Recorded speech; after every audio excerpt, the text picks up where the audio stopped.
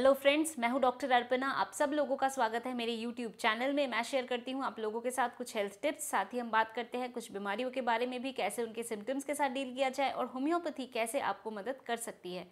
तो दोस्तों, आज मैं आप लोगों से बात करूंगी ऑस्टियोआर्थराइटिस के बारे में। और ऑस्टियोआर्थराइटिस जो हमारे फिंगर जॉइंट्स में होते हैं उसके बारे में हम बात करेंगे। तो इससे पहले कि मैं ये टॉपिक शुरू करूं, आप लोगों से कहना चाहूँगी, अगर आपने मेरा चैनल अभी तक नहीं सब्सक्राइब किया तो इसको जल्दी से सब्सक्राइब कर लीजिए, बेल बटन को दबाना ना भूलें, ताकि जब भी मैं कोई वीडियो पब्लिश करती हूँ या जब भी मैं लाइव Q&A में हूँ तो आप लोगों तक नोटिफिकेशन पहुँच पाए और आप लोग भी मुझे ज्वाइन कर सके। तो चलिए दोस्तों, शुरू करते हैं आज का टॉपिक ऑस्टियोआर्थराइटिस।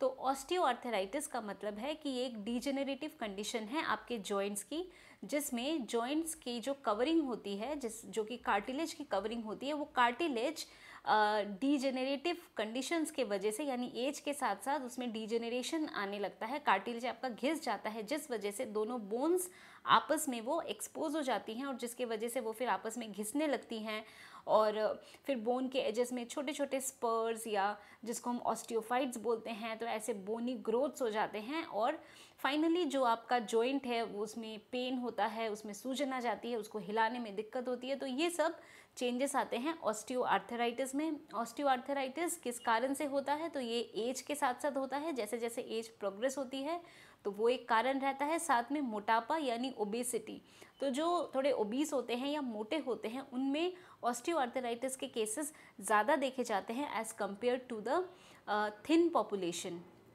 फिर फीमेल्स में ये प्रॉब्लम ज़्यादा होती है।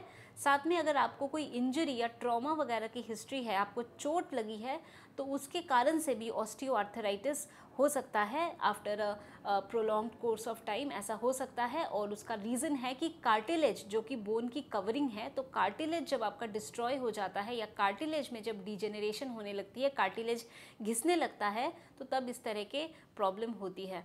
तो जैसे आपको अगर ऑस्टियोआर्थराइटिस की प्रॉब्लम है या घुटनों में प्रॉब्लम है, हिप जॉइंट में प्रॉब्लम है, फिंगर्स में प्रॉब्लम आपको हो रही है, फिंगर्स के जो छोटे जॉइंट्स इसमें प्रॉब्लम हो रही है, तो आपको एक्सरे बताया जाता है कि आप एक्सरे करिए।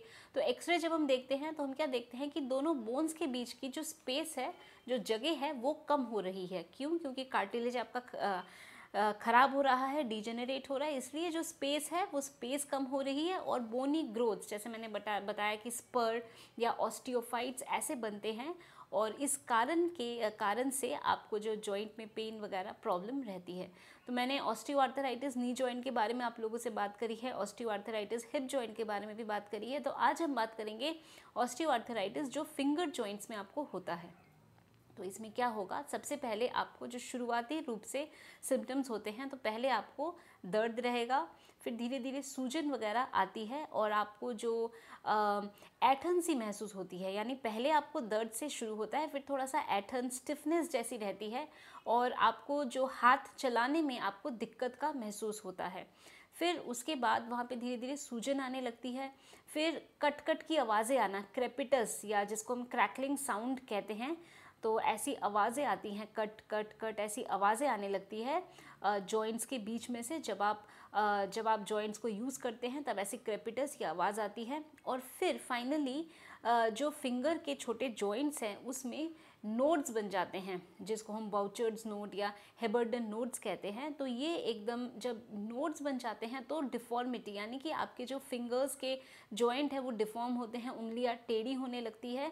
तो वो एक डिफॉर्मेटिव स्टेज, जो कि एकदम लास्ट स्टेज है, वो डिफॉर्मेशन आ जाता है और उसके बाद बहुत ज़्यादा वीकनेस रहना और हाथों का इस्तेमाल करने में बहुत दिक्कत आना, तो ये सब प्रॉब्लम हो जाती है अगर डिज़ीज़ को शुरू में ट्रीट ना किया जाए। तो डिज़ीज़ प्रोग्रेस होकर फाइनली नोड्स वगैरह बन जाती है।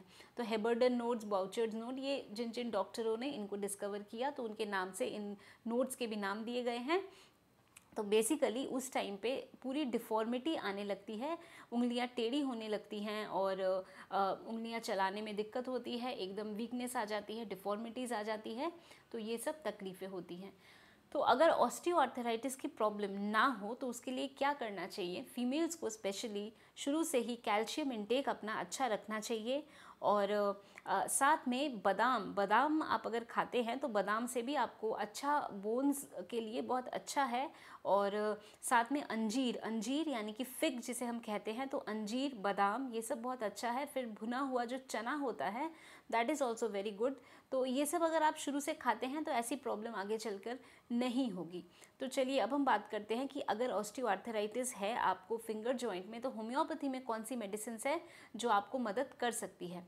तो सबसे पहली मेडिसिन है हमारी एंटिम क्रूड। तो एंटिम क्रूड आपको कब देनी है, जब अगर ठंडे में आप ठंडे पानी से कुछ कर रहे हैं, हाथ में ठंडा पानी लग रहा है, ठंडे में आप कुछ काम कर रहे हैं, साथ में आपको थोड़ा बहुत गैस्ट्रिक ट्रबल रहता है, स्टमक अपसेट रहता है, या कोई भी आपको किसी प्रकार की भी गैस से, स्टमक से रिलेटेड प्रॉब्लम रहती है, और जो टंग है, आपकी जीभ है, एकदम वाइटिश कलर की रहती है, तो ऐसी अगर प्रॉब्लम आपको है तो एंटिम क्रूड एक बहुत अच्छी मेडिसिन है जो आपको मदद कर सकती है।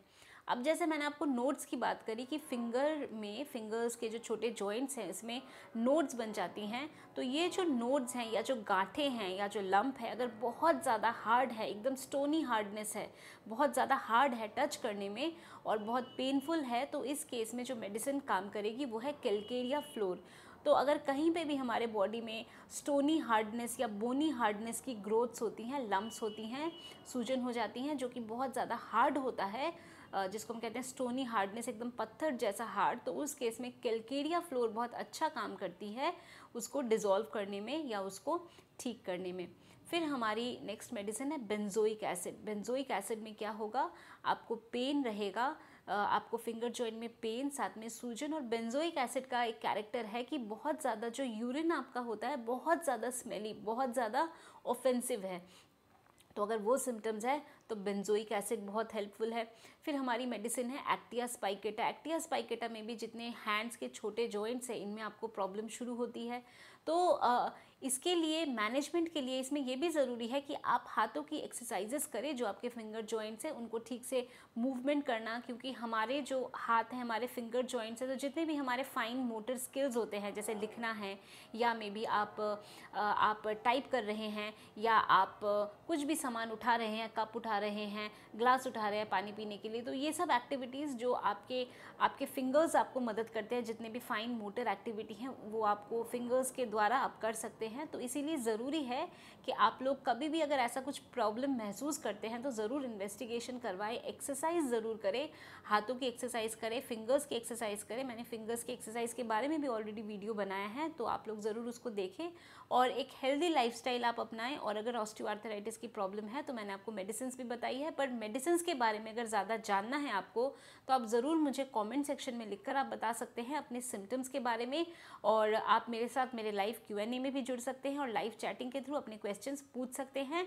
तो मेडिसिन बताने के लिए, आपको कौन सी मेडिसिन चाहिए एग्जैक्टली वो बताने के लिए ज़रूरी है कि मुझे आपके सिम्टम्स के बारे में प्रॉपर पता हो, आपकी एज पता हो, तो आपके बारे में जो भी बाकी डिटेल्स है वो मुझे पता हो, तो तभी मैं आपको एग्जैक्ट मेडिसिन बता सकती हूँ। तो दोस्तों, मैं उम्मीद करती हूँ कि आज जो मैंने इन्फॉर्मेशन आप लोगों के साथ शेयर किया ऑस्टियोआर्थराइटिस, फिंगर जॉइंट्स के बारे में, तो आप लोगों ने इसको पसंद किया है, तो इसको जल्दी से लाइक कर दीजिए और इसको ज़रूर शेयर करिए अपने फ्रेंड्स, फैमिली, सब लोगों के साथ, ताकि सब इसका बेनिफिट उठा सके। और इस वीडियो को देखने के लिए, मेरे साथ जुड़ने के लिए आप सब लोगों का ढेर सारा धन्यवाद। खुश रहिए, मुस्कुराते रहिए, स्वस्थ रहिए। अगर आपने मेरा चैनल अभी तक नहीं सब्सक्राइब किया तो इसको सब्सक्राइब कर लीजिए और बेल बटन को दबाना बिल्कुल ना भूलें। तो आज के लिए बस इतना ही, धन्यवाद।